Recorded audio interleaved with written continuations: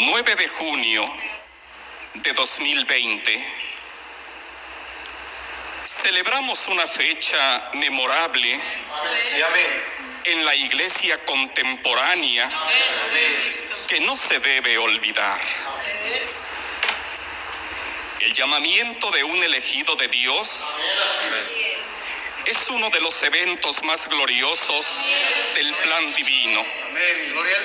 Una obra sublime de Jesucristo que encierra uno de los misterios más maravillosos del poder de Dios y un acontecimiento trascendental para la humanidad. Y nos sigue diciendo en su carta: yo siempre he dicho, escribe él, que la única celebración de una muerte es la que realiza el pueblo de Dios en recuerdo de nuestro Señor Jesucristo. Fuera de ella, solo celebramos el inicio de gloriosas manifestaciones. Por ello, el 9 de junio celebramos el llamamiento del apóstol Samuel Joaquín. En este día se cuenta la historia de Samuel Joaquín, el apóstol, el hombre con quien Dios se comunicaba, predicador de la gracia y el amor, fiel protector de la verdad divina, que alumbró con su enseñanza las almas necesitadas de salvación. Efesios 3:5. Gozó de la revelación de la palabra de Dios en cada parte de su vida, en sus presentaciones ministeriales, en la iglesia, en sus pláticas en confianza con sus ministros o a través de sus cartas, en su vida diaria. La revelación lo envolvió como el aire que se respira y que no se ve. La revelación a Samuel Joaquín estuvo presente en nuestras vidas. Guió en su momento nuestra carrera de vida y llevó el tesoro de la gracia de Dios, de sus misterios y de sus virtudes a muchos países en el mundo. Poco más de 50 años atrás en su historia, en una etapa dolorosa de nuestra existencia como iglesia, Dios, compadecido sin duda de la debilidad de su pueblo, tuvo contacto con quien desde antes de la fundación del mundo había sido elegido. El vibrar de los aires hizo que se posara de manera suave y apacible su voz en el interior de su corazón. Había llegado el momento de revelarle su voluntad, de decirle quién era en verdad, de darle las bases de su elección, de prepararlo contra sus detractores. Esta misión sobrenatural se dio el 9 de junio de 1964. El hermano Aarón, después de una fuerte enfermedad, entró en agonía. El hermano Samuel llegó apresurado desde Tepic, Nayarit. Le habían informado de la salud precaria y delicada del apóstol de Dios y llegó corriendo a la hermosa provincia. Entró en la casa grande, subió la escalera hasta la recámara de su padre y lo encontró tendido en su cama, en agonía, y se abrazaron los dos en un amor entrañable. Lloraron y lloraron sin expresar palabras. El hermano Aarón decía: que si él supiera que había otro apóstol en cualquier parte del mundo, vendería todo lo que tuviera para costear el viaje e iría a abrazar a ese apóstol y a darle las diestras de compañerismo. Dios le permitió que ese propósito se cumpliera antes de ser llamado a su presencia. Ese otro apóstol no estaba al otro lado del mundo, estaba junto a él. No era solo su hijo, era el elegido de Dios, Samuel, el apóstol de Dios. ¿Y qué sucedió en aquel encuentro entre elegidos de Dios? En el momento en que vivían dos apóstoles de Dios en la tierra, prosigue el apóstol del Señor en su carta que nos envía a todo el pueblo del Señor. Nos pregunta él, ¿y qué sucedió en aquel encuentro entre elegidos de Dios en el momento en que vivían dos apóstoles de Dios en la tierra? En ese abrazo no pasó la autoridad. En ese abrazo no le dio su ministerio, no lo convirtió en un continuador, no le dio autorización, no le entregó la iglesia, no lo puso sobre los pastores. Y pregunta el apóstol del Señor en su carta que nos envía, entonces se traspasó la autoridad de Dios. Y en su carta él nos instruye, la autoridad del hermano Aarón era propia, porque se la dio el Señor. La del hermano Samuel era propia, se la dio el Señor también. El ministerio del hermano Aarón concluyó en el tiempo que Dios tenía previsto. El ministerio del hermano Samuel era nuevo, era exclusivo para él. El ministerio del hermano Aarón no quedó inconcluso, por lo tanto no requería un continuador. La autoridad era directa de Dios. La conducción de la iglesia se la entregó Dios directamente. Y prosigue, hermanos, en su carta apostólica la instrucción que el apóstol del Señor envía para todos nosotros. Sigue él diciendo, el día que Samuel Joaquín el apóstol entró al templo, aún llorando la separación de su padre y apóstol, mientras caminaba a lo largo del pasillo, algunos hermanos glorificaban al Señor y lo recibían como apóstol de Dios. Ese día, la iglesia conoció no al continuador, no al suplente, no al que quedaba en el lugar de otro, no. Ese día la iglesia conoció a un nuevo apóstol de Jesucristo y quedaría para la eternidad escrito en la historia de la humanidad y en el libro de Dios. Qué hermoso acto de amor de Dios, qué sublime demostración de su misericordia. Esta es parte de nuestra historia que conviene recordar. Alabado sea el nombre glorioso de Cristo Jesús. Y prosigue el apóstol del Señor en su carta que nos envía a todos nosotros, tomando en consideración algunas de las situaciones críticas que vive el mundo y nosotros mismos. Hoy quiero hacer, nos dice él, un anuncio a la iglesia del Señor. Deseo mandar un mensaje por una decisión que he tomado, inspirado por Dios.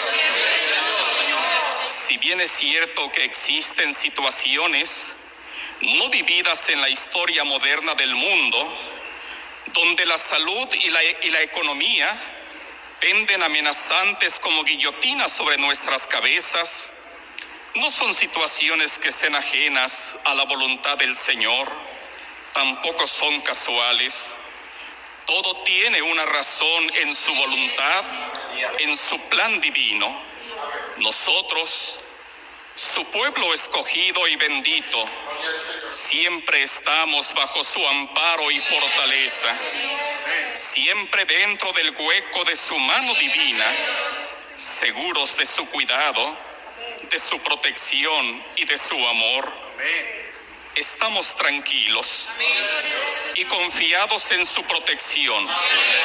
No dudamos ni un segundo de que nos amparará y nos defiende, y llegado el momento hará manifiestas sus maravillas en nuestro cuidado. Y entonces nos pregunta el apóstol del Señor en su carta: ¿podemos salir sin cuidado? Si ya estamos protegidos, ¿a qué le podremos temer? Y responde: no se trata de ser temerarios. La imprudencia ha afectado a muchos. Por ello, quiero recordaros un ejemplo hermoso del Señor Jesucristo. Cuando Jesús fue llevado a las almenas del templo y le dijo Satanás: aviéntate, porque está escrito: a sus ángeles enviará para que tu pie no tropiece en piedra. Mateo 4, 5 al 7. ¿Cómo quiere el adversario que demuestre que es hijo de Dios? Lanzándose al vacío, provocando una reacción de ayuda emergente de Dios. ¿Acaso no era su Hijo amado? ¿Dios mandaría a sus ángeles a rescatarlo cuando fuera cayendo en el aire? Jesús no era imprudente, no. Jesús era un hombre responsable, cuidadoso en sus actos. Sabía que tentar a Dios era ofender su majestad, era decepcionarlo por su capacidad, era contrariar su voluntad. Satanás se anticipa y cita un texto de la misma Escritura: a sus ángeles enviará para que tu pie no tropiece en piedra. Y Jesús responde: acuérdate que también está escrito: no tentarás al Señor tu Dios. Qué bellas y majestuosas palabras. Qué bellas y majestuosas palabras. Esto nos instruye porque, en primer lugar, debemos recordar que nunca es bueno hacer ostentación de la fuerza y poder que Dios da. En segundo lugar, es necesario que sepamos que exponerse al peligro, confiados en la ayuda de los ángeles y la protección divina, es pretender un milagro innecesario que Dios no nos ha prometido. Es tentar a Dios. Algunos dirán entonces: ¿no que Dios está con ellos? ¿Para qué se protegen si Dios los cuida? O entonces, ¿es mentira que Dios está con esta iglesia? ¿Te das cuenta? ¿Logras percibir cómo la manera en que tienta Satán sigue siendo la misma? Ante eso, tú debes responder como respondió nuestro Maestro: no tentarás al Señor tu Dios. Hoy deseo, continúa el apóstol del Señor en su carta, hoy deseo daros a conocer que fui inspirado por el Señor para suspender por esta ocasión la Santa Cena que realizamos en el mes de agosto en la hermosa provincia de la ciudad de Guadalajara, Jalisco. Pero muy pronto volveremos a programarla y nos reuniremos todos nuevamente. Veremos a nuestros hermanos que tanto amamos y seremos un solo cuerpo en Cristo. Bendito sea el nombre glorioso del Señor.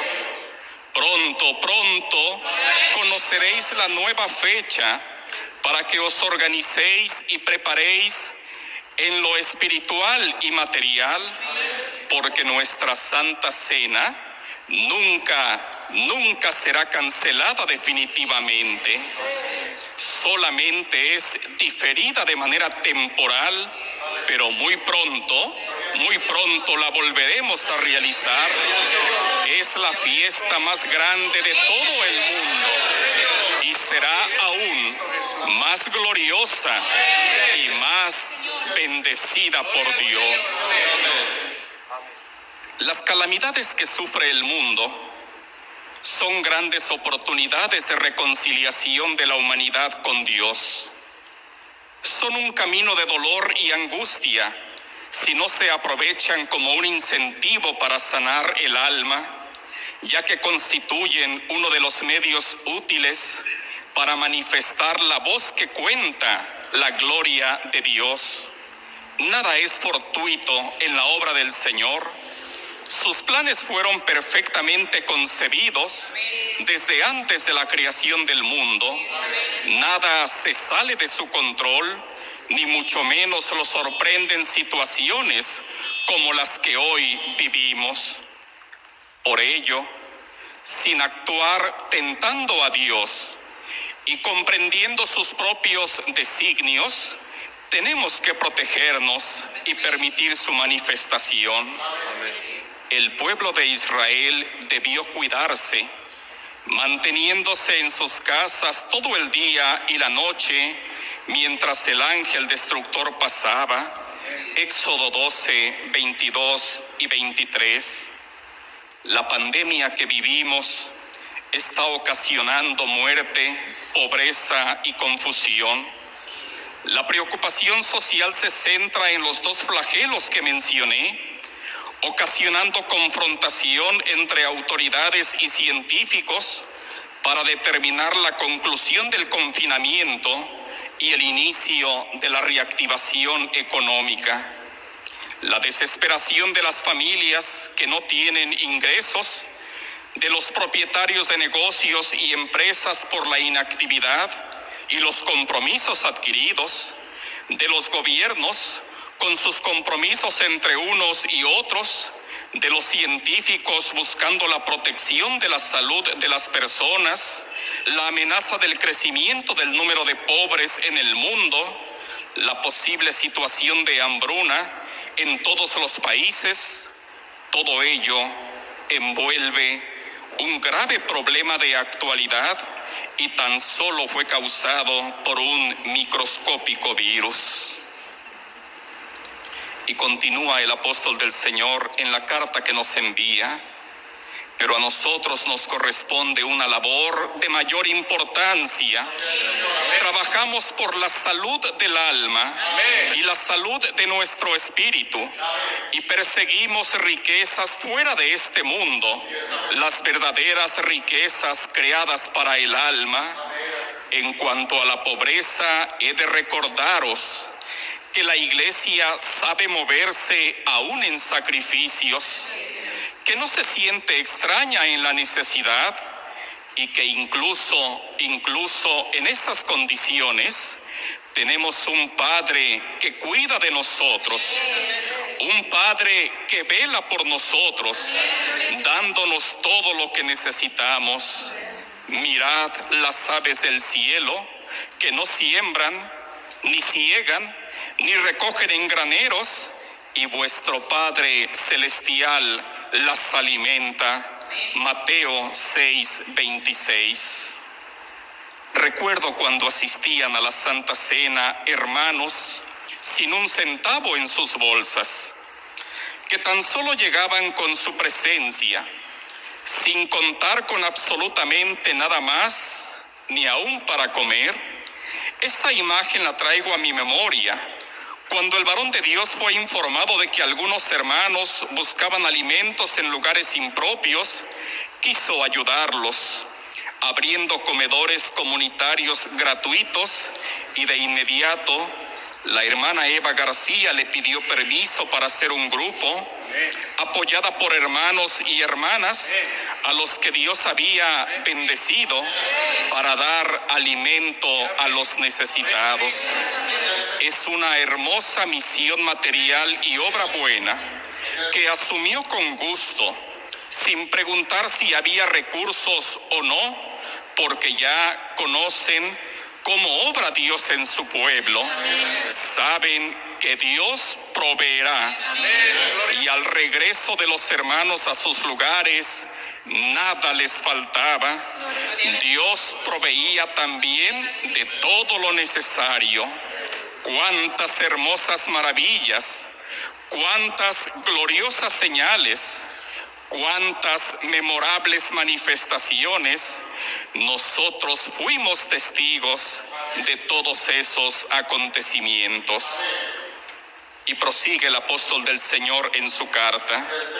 Nos dice: suspender la Santa Cena no es falta de confianza en Dios. Como ya os he dicho, seremos prudentes. Demostraremos nuestra responsabilidad, ya que la realización de reuniones multitudinarias favorecería el contagio, poniendo en riesgo a mis santos hermanos, y eso nunca podría permitirlo. La reunión de 500,000 de hermanos no solo sería un conflicto de salud nuestro, también de las autoridades, ya que no hay medios de salud para atender a tantas personas. Seguramente también os considerarían potencialmente transmisores de la enfermedad al regresar a vuestros estados, a vuestras ciudades, algunos a vuestros países. Y la iglesia siempre busca la vida. La iglesia promueve la vida y la salud, el respeto a las normas y reglas de la Organización Mundial de la Salud. La iglesia promueve el respeto a las autoridades, pero aún más respetamos a la sociedad en donde nos desenvolvemos, de manera que nunca seremos un riesgo para nuestros semejantes. También respetamos las directrices que dicta el gobierno federal, estatal y municipal, y no seremos un problema para nadie, esperando pacientemente hasta que podamos otra vez reunirnos.